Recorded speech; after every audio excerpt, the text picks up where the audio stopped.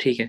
अच्छा, literary assess होते क्या, एब्स्ट्रैक्ट एसेस होते क्या, और क्यों लोग इनसे डरते हैं और क्यों नहीं अटेम्प्ट करते? द रीजन इज कि जो लोग डरते हैं और अटेम्प्ट नहीं करते वो होते हैं जिनको अच्छे तरीके से पढ़ाया नहीं जाता कि लिटरेरी एसेस को करना क्या है। लिटरेरी एसेस का मतलब होता है एब्स्ट्रैक्ट। आपने अक्सर देखा होगा, मैं अक्सर बच्चों को बताता हूँ कि वो एब्स्ट्रैक्ट, कभी आप एग्जीबिशन पे जाएं पेंटिंग्स की, तो एक खाली सा पेज होता है, उसके ऊपर जो कहीं पे एक छोटा सा डॉट लगा होता है ऐसे करके, ठीक है, और सारी हलकत उसको देख रही होती है फॉर नो ऑब्वियस रीजन। जो है वो उसको एक luxury of the rich consider करके वहां पे जाके वो उस चीज को जो है ना समझने की कोशिश कर रहे होते हैं कि क्या क्रिएटिव थॉट गिवन है। एब्स्ट्रैक्ट नेचर ही ऐसी होती है, क्यों? क्योंकि उसके मुताबिक आप जो कुछ भी उससे अज्यूम करेंगे वो ठीक है। वो खाली पेज जो है वो आपकी ब्रॉड सेंस को उजागर कर रहा है तो भी वो ठीक है। वो खाली पेज जो है वो आपको होराइजन प्रोवाइड कर रहा है तो भी ठीक है। खाली पेज आपको करियर अपॉर्चुनिटीज दे रहा है, आपके थॉट्स को असेंबल कर रहा है। मतलब क्या है कि वो खाली पेज के ऊपर आपने जो भी अपना थॉट प्रोसेस करके एक अपना जो है वो मेंटल सेटअप किया है, एक स्टांस क्लैरिटी दी है, वो जस्टिफाइड है। इसी का नाम है एब्स्ट्रैक्ट। मतलब एब्स्ट्रैक्ट का नाम ये है कि जो टॉपिक आपके पास आ गया है उसको आपने जैसे तैसे भी उसी एम्बट में एब्स्ट्रैक्ट के रहते हुए अटेम्प्ट किया है, और अगर एंड पे उसको तुम प्रूव कर गए हो तो इसका मतलब है कि तुम लोग पास हो। ठीक है, एक चीज मेरी जहन में रखना। दूसरी बात, एब्स्ट्रैक्ट होता कैसे है, उसको पहचानते कैसे हैं? टॉपिक आपके पास आ जाता है, if life gives you lemon make lemonade. तो टॉपिक के अंदर अगर आप देखें तो life gives you lemon make lemonade, इसके अंदर हिडन मीनिंग्स एग्जिस्ट करते हैं। क्या हिडन मीनिंग्स हैं? कि लेमन क्या हो गया, लेमनेड बनाना। देखो अदरवाइज आप कोई बावर्ची तो हो नहीं हो कि एग्जामिनर आपको रेसिपी पूछ रहा हो कि लाइफ लेमन दे रही है तो लेमनेड बना दो। मतलब ये है कि एब्स्ट्रैक्ट टॉपिक उसने आपको दिया है तो इसका मतलब ये है कि अब इसको आपने अंडरस्टैंड करना है, इंटरप्रेट करना है। पहली बात ये है कि एब्स्ट्रैक्ट को आप जैसे मर्जी एब्स्ट्रैक्ट को आप इंटरप्रेट करो, अगर तुम उसको एट द एंड जस्टिफाई कर गए हो तो तुम पास हो। दूसरी चीज, हर एब्स्ट्रैक्ट को पॉइंट आउट कैसे करते हैं कि ये एब्स्ट्रैक्ट है? वो स्टेटमेंट के अंदर हिडन मीनिंग्स होते हैं जो सामने नजर नहीं आ रहे होते। ठीक है, जैसे वो आपको कहता है that instruction in youth is like engraving in stone. ठीक है, जैसे वो आप कहता है the best time to repair the roof is when the sun is shining. जैसे वो आपको कहता है the life is a beautiful journey from human being to being human. जैसे वो आपको कहता है a ship is made for harbor but that is not a ship is for। जैसे वो आप कहता है if a child is afraid of dark he can be forgiven but the real tragedy is when men are afraid of light। ठीक है, ये क्या है, इनमें हर एक के अंदर एक डीप एनालिसिस एग्जिस्ट करता है। पहली चीज क्या है कि आप एब्स्ट्रैक्ट को अपनी मर्जी से जैसे मर्जी प्रूव करो, राइट है। दूसरी चीज क्या है कि एब्स्ट्रैक्ट के अंदर हमेशा हिडन मीनिंग्स होते हैं, इसकी पहचान होती है कि ये टॉपिक एब्स्ट्रैक्ट है। अब आओ एब्स्ट्रैक्ट को करते कैसे हैं। सिर्फ दो चीजें हैं जो डिफरेंट है अदर देन अदर एसेस। सबसे पहले तो ये है, जब कोई हिडन मीनिंग होगा तो उस हिडन मीनिंग को मीनिंग देना आपका काम है। जैसे if life gives you lemon make lemonade, हमने रफ वर्क में जाना है। जैसे आपको याद होगा हम दूसरे टॉपिक के अंदर भी ब्रेनस्टॉर्मिंग करते थे, इसके अंदर भी हम ब्रेनस्टॉर्मिंग करेंगे। हम सबसे पहले जाएंगे बैक ऑफ द पेज पे, बैक ऑफ द पेज जाके लिखेंगे हम कि यार ये life gives, if life gives you lemon, ये लेमन क्या चीज है, interpretation of lemon. Making lemonade क्या है, इंटरप्रिटेशन ऑफ मेकिंग लेमनेड। ठीक है, पहले लेमन क्या है फिर लेमनेड क्या है, इन दोनों को हमने अंडरस्टैंड करने की कोशिश करनी है। लेमन क्या है, दैट इज इंटरप्रिटेशन हमने रफ में पहले कर लेनी है कि लेमन की इंटरप्रिटेशन ये है, दैट इज बेसिकली जो जिंदगी में मसले आते हैं, जो आजमाइशें आती हैं, फेलियर्स आते हैं, रिजेक्शंस आती हैं, हार्ट ब्रेक्स आती हैं, हर चीज। ठीक है, लेमनेड क्या है कि उन फेलियर से राइज कैसे करना है, उन हार्ट ब्रेक से अपने आप को आगे लेके कैसे जाना है, फेलियर से कैरियर पाथ कैसे डिवाइस करना है, फाइनेंशियल लॉस से इवॉल्व कैसे करना है। मतलब ये हुआ कि मैंने कहा है ना आपको लिबर्टी है, आप अपनी मर्जी से उस टॉपिक को जैसे मर्जी इंटरप्रेट करो। एक चीज अब आपको बड़ी जरूरी बताने लगा हूँ, वो ये है कि एब्स्ट्रैक्ट टॉपिक के अगेंस्ट नहीं जा सकते आप। जैसे अगर आपके पास कोई दूसरा टॉपिक है, जैसे आपके पास टॉपिक आ जाता है फ्रैलिटी थाई नेम इज वुमेन, कि औरतें जो हैं उनके साथ ये कमजोरी अटैच्ड है, शेक्सपियरियन मेरे हाथ से उसका थॉट है। ठीक है, तो अब मेजोरिटी क्या करते हैं, वो जब इसको लिखने बैठते हैं तो कहते हैं no frailty thy name is woman no more. ठीक है, अब it is no more the conception के औरत कमजोर है, वो अब स्ट्रांग हो चुकी हैं।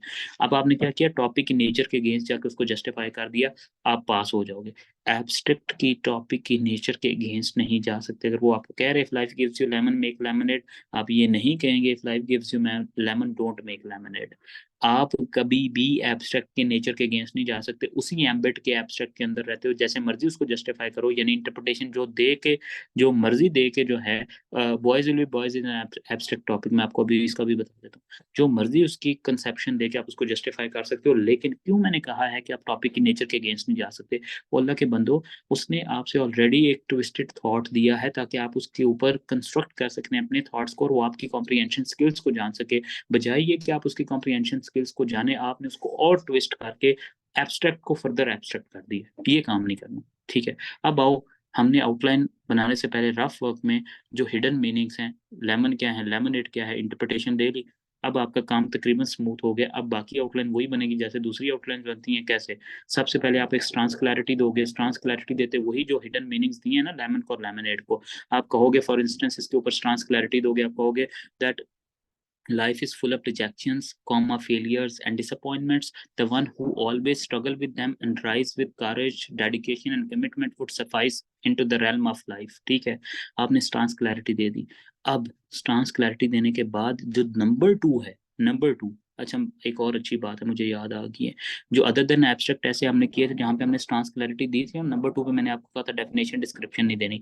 हमेशा याद रखना, जो टॉपिक होगा ना, नंबर 2 पे सीधा उस टॉपिक को हिट करना है आपने। क्या मतलब? अगर वो कह रहा है क्राइसिस ऑफ गुड गवर्नेंस क्या है, स्टांस क्लैरिटी देने के बाद फौरन बताओ what is crisis of good governance. वो कह रहा है climate change is a reality, फौरन आओ नंबर 2 के ऊपर इंट्रोडक्शन के बाद, स्टांस क्लैरिटी देने के बाद कि what how it is a reality. वो कह रहा है that feminism is not really a third world issue, सीधा आओ। ओ भाई, जितनी जल्दी हो सकता है टॉपिक को हिट करना है। नंबर 2 पे स्टांस क्लैरिटी देने के बाद आके बताओ how feminism is not really a third world issue.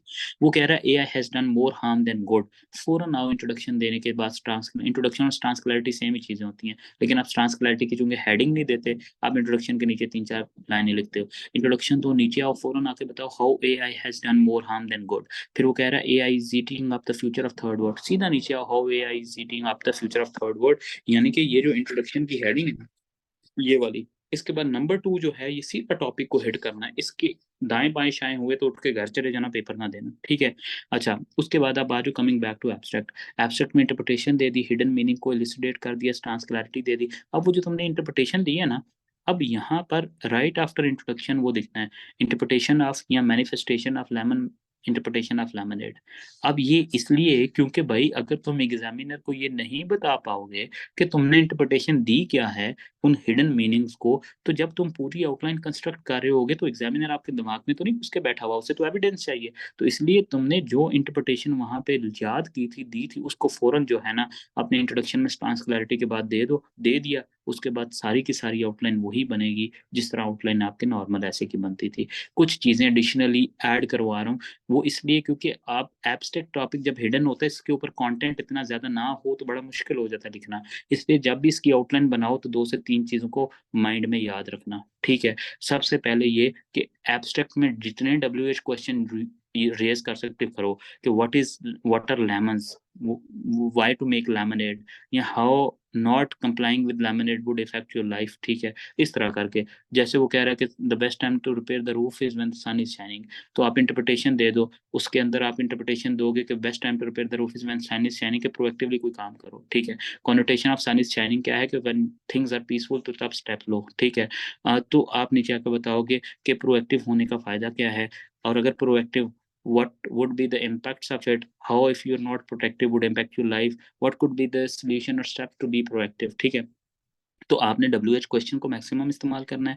आपने उसके अलावा नंबर 2 के ऊपर 4 लेवल के ऊपर एनालिसिस करना है, नेशनल, पर्सनल, इंटरनेशनल और सोसाइटल। सोसाइटल यानी कि personal, societal, national, international, abstract की आउटलाइन बनाते हुए। क्यों? क्योंकि एब्स्ट्रैक्ट मुताज होता है एग्जांपल्स का। जब एक एग्जांपल उसके अंदर लगती है तो पूरे कॉन्सेप्ट को समझा देती है। जैसे 2023 में उसने टॉपिक पूछा, the true friend walks in when everyone else walks out. True friendship के अंदर अगर आप एग्जांपल दोगे पाकिस्तान और चाइना फ्रेंडशिप की, तो एग्जामिनर समझेगा इसको टॉपिक समझ आ गया। फास्ट फ्रेंडशिप के ऊपर पाकिस्तान USA की एग्जांपल दोगे तो एग्जामिनर समझेगा इसको समझ आ गया। अब मैं एब्स्ट्रैक्ट को दोबारा रिकैप कर रहा हूँ जी। एब्स्ट्रैक्ट में भी आपने सोल्यूशन और सजेशन देनी है। एब्स्ट्रैक्ट कोई भी ऐसा टॉपिक जब आप उसको देखें और आपको लगे कि ये क्लियर मीनिंग नहीं है, जैसे क्राइसिस ऑफ गुड गवर्नेंस को देखते हो सीधे समझ आ गया भाई क्राइसिस ऑफ गुड गवर्नेंस का वे फॉरवर्ड देना है। लेकिन if life gives you lemon make lemonade, तो इसका मतलब है आप जो है ना किचन में तो नहीं बैठे हुए, तो इसका मतलब है हिडन मीनिंग एग्जिस्ट करता है।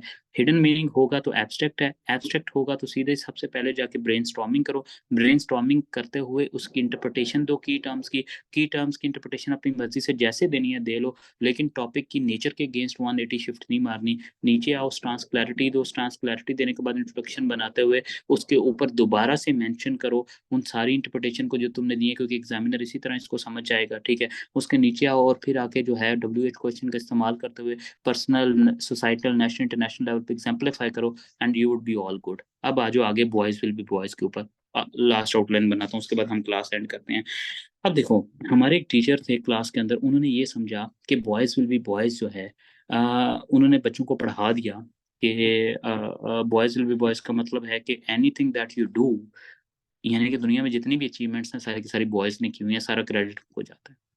अब उसने गलती क्या की है, इसी के अंदर आपका लेसन है। उसने गलती ये की है कि उसने टॉपिक को ट्विस्ट कर दिया है।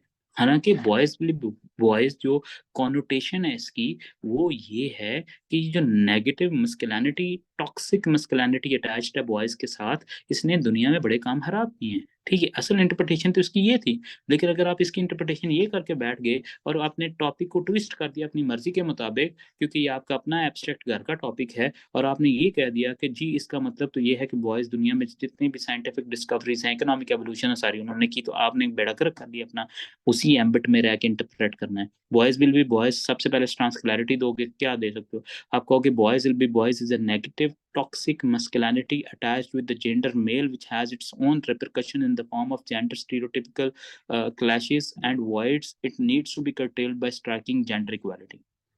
स्टांस दे दिया। नीचे आओ, manifestation of boys will be boys, कि बॉयज विल बी बॉयज की मैनिफेस्टेशन क्या, नेगेटिव एटीट्यूड है, ये इनका जो है टॉक्सिक मस्कुलिनिटी है, ये इनका जो है वो फॉरगिवन एटीट्यूड है, ये सारी चीज़ें नीचे लिखोगे। फिर उसी तरह आउटलाइन बनाना शुरू कर दोगे। कैसे आउटलाइन बनाना शुरू करोगे कि ये बॉयज विल बी बॉयज जो है ये कॉज कैसे हो रहा है, ये नोशन ओरिजिनेट कहाँ से हुआ है, फैक्टर्स बताओगे कि पेरेंट्स उनको अलाउ करते हैं, सोसाइटी मेल्स को प्रोमिनेंट करती है, फिर बताओ इस boys will be boys, how this boys will be boys is impacting the whole fabric of society.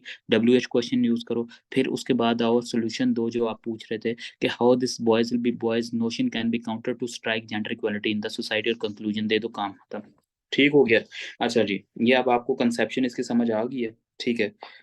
अब हम कोशिश ये करेंगे कि कल वाली क्लास में इंशाल्लाह I would let you know the timings, ठीक है। हम कोशिश ये करेंगे कि मैं कल से पहले पहले एक दो आपको एब्स्ट्रैक्ट जो टॉपिक्स है ना, वो भी आपके साथ शेयर कर दूं, ताकि वो आपको उसकी भी समझ आ जाए, उसके आउटलाइन कैसे बनाते हैं, ठीक है। With this will be taking of, ठीक है। क्वेश्चन इंट्रोडक्शन भी कल बता दूंगा, क्वेश्चन आंसर सेशन आज नहीं कर रहे, ठीक है। Thank you so much.